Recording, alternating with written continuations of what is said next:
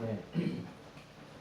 먼저 원래 오늘은 다른 목사님이 오시고 하셨었는데 그분이 긴급한 일정이 생기셔서 못 오신다고. 사진 찍는 일이 아직 익숙하지 않지만 하여튼 찍어보세요.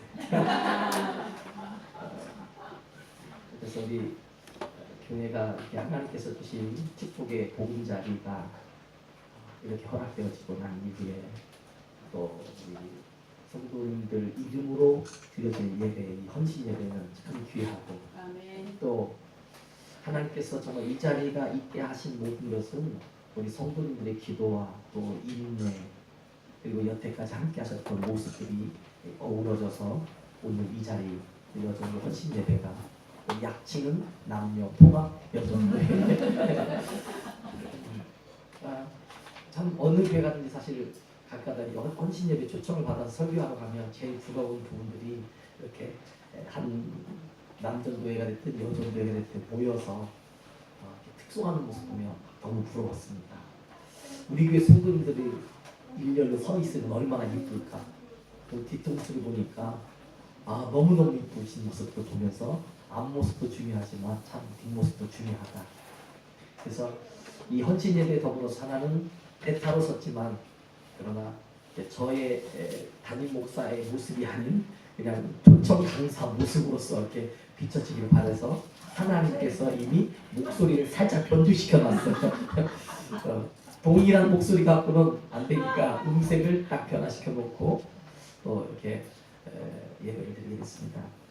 오늘 이 헌신 예배의 헌신이란 말은 우리가 잘 알듯이 몸을 들여서 몸을 바쳐서 몸을 희생해서 그런 뜻입니다. 그러니까 우리 인생은 항상 우리 몸을 통해서 뭘 하느냐가 중요한 겁니다. 그래서 어떤 일이든지 몸이 없으면 우리는 안 됩니다. 우리는 이 세상에 하나의 현상으로 나타나면 몸이란 하나님이 쓰시는 통로고 몸이란 하나님께서 사용하시는 도구가 되고 몸이란 마지막에 아름다운 영광을 받을 수 있는 것이 바로 이 몸의 의미입니다. 아멘. 이런 이야기가 있습니다. 어느 한 동네에 한 가정이 이사를 왔어요. 좀 젊은 분이신데 자기 집에서 동네 사람들 보다 보니까 집집마다 빨래가 널려 있는데 이 빨래가 깨끗해 보이지 않는 거예요. 이상하다. 왜 이 동네는 빨래를 저렇게 못할까? 그래서 그 다음 날부터 이분이 자기 짐 정리가 끝내놓고 돌아다니면서 빨래하는 법에 대해서 이제 가르쳐 주는 거예요. 세탁소에서 쓰는 것처럼 어떤 세탁을 하고 또 이런 빨래는 물에 담궜다가 어느 시간이 돼서 이걸 다시 제벌로 빨으면 깨끗해집니다.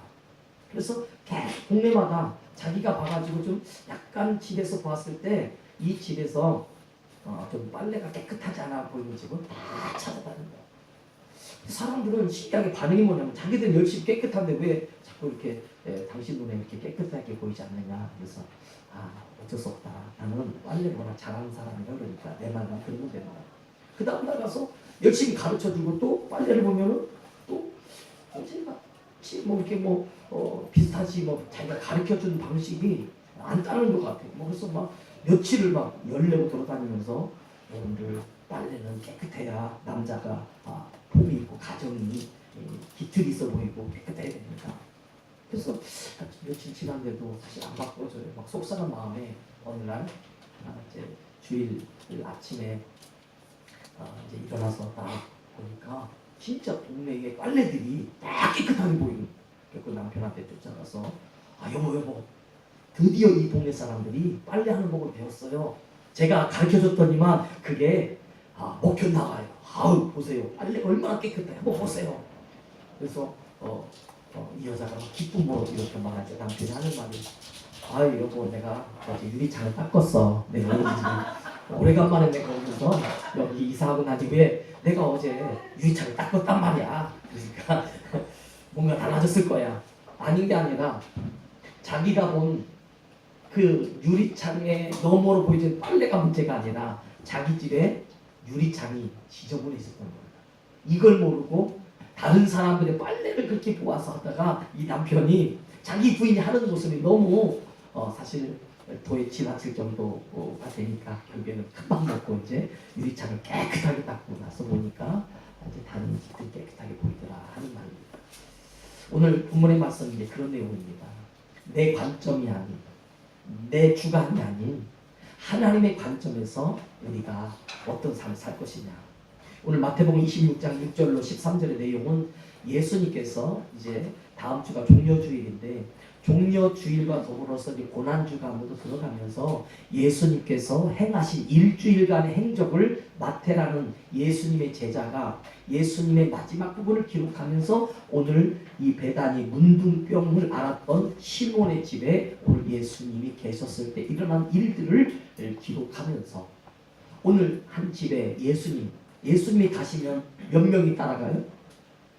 12명. 왜냐하면 예수님의 제자가 12명입니다. 그러니까 예수님이 한 번 딱 움직이면 12명의 제자가 동시에 움직이는 아주 대단한 무리예요. 그러니까 오늘 요즘 젊은이들이 학생들이 떼지어 다니는 것도 이유가 있어요. 이게 다 예수님의 후예들이어가지고 하여튼 예수님처럼 보스가 한 분 있으면 그 뒤에는 다 함께 다니는 분이 있는데 문제는 이들은 자기들의 과실을 위해서 다니는 거고 예수님은 복음을 위해서 다니는 은혜로운 무리라는 것이 이제 다르겠죠. 오늘 이들이 예수님의 그 가는 발걸음의 마지막 한 주간 이 세상에서의 마지막 삶을 사는 그 중요한 시간에 오늘 문둥병을 앓았다가 예수님께 치료받았던 시몬이라는 집에 오늘 예수님이 들어가셔서 식사를 하실 때에 거기에 한 여자가 자신이 평생을 모았던 옥합을 들고 나와가지고 그걸 깨뜨려서 예수님의 머리에 붓는 이 작은 과정이 오늘 성경 마태복음 26장에 기록됐단 말이죠. 여러분 성경이 어떤 의미를 두고 어떤 흘러가던 그 전개되는 상황에서 새로운 부분을 집어넣을 때는 그만큼 그 의미가 소중하고 특징이 있기 때문에 하나님은 그 말씀을 거기다가 넣어주는 겁니다. 오늘 이 어린 한 사람의 여인의 행동이 자신이 옥합을 깨뜨렸어요. 이 옥합은 나무나 이런 유리로 된 것이 아니라 돌로 만들어진 돌 항아리와 같은 것, 옥으로 만들어진 거죠. 그래서 이 옥에다가 향유 비싼 것을 집어넣어서 이 촛농같이 밀로 해서 봉합을 딱 해서 이걸 가지고 있다가 언제 쓰느냐? 보통 시집갈 때. 자기 집에 어떤 큰일이 벌어졌을 때 이걸 가져다가 팔아서 현금화시켜서 이걸 가지고 어떤 일들을 해나가는데 이게 단순 계산에 의하면 나중에 우리가 계산하지 않아도 300데나리온 된다는 이 엄청난 가치가 있는 것을 알게 합니다. 그러니까 이 어마어마하게 비싼 것을 그냥 예수님 한 분에게 향수를 붓듯이 그냥 부어버렸어요. 이 비싸고 귀한 것을 한 분에게 다 몰아서 부었다. 여러분 이게 얼마나 어려운 일이고 힘든 일인지 아십니까? 우리는 화장품을 쓰더라도 나눠서 쓰고 향수를 뿌리더라도 나눠서 분배하잖아요. 그런데 오늘 이 엄청난 비싼 귀한 얼마나 귀한지 매우라는 말과 귀하다는 말과 하나와 옥합 그러니까 옥합에 담을 정도가 되면 아무거나 옥합에 안 담는다는 거죠. 정말 값비싼 거 거기에다가 단 하나밖에 없는 거예요. 이 여인이 다른 많은 것이 아니라 그녀가 소유했던 것 중에 정말 가장 귀한 것 하나를 택한 게 아니라 하나밖에 없는 이것을 택했다는 말이에요. 그리고 향유라는 말 자체는 이미 기름이라는 뜻입니다. 이 물건은 좋은 향을 발휘하는 그 기름 이 세상에서 가장 가치와 고상인 조그만 통 안에 든게있어요. 여러분 뭐 300만 원 이상 그리고 이 300데나리온은 한 사람의 일꾼이 기술자가 하루 일을 해서 벌어들인 돈이 한 데나리온. 그때 당시 로마 돈으로 한 데나리온은 전문가 기술자가 하루 일을 해서 벌어들일 수 있는 거니까 그 가치가 뭐 다양하게 판단이 되겠죠.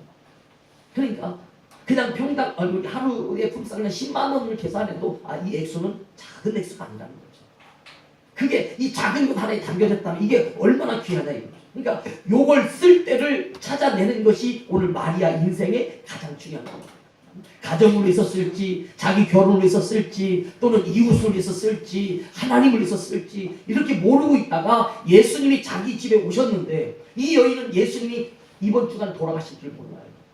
목요일날 마지막 유월절 잔치를 하고 금요일날 십자가에 못 박히게 될 사건을 몰라요.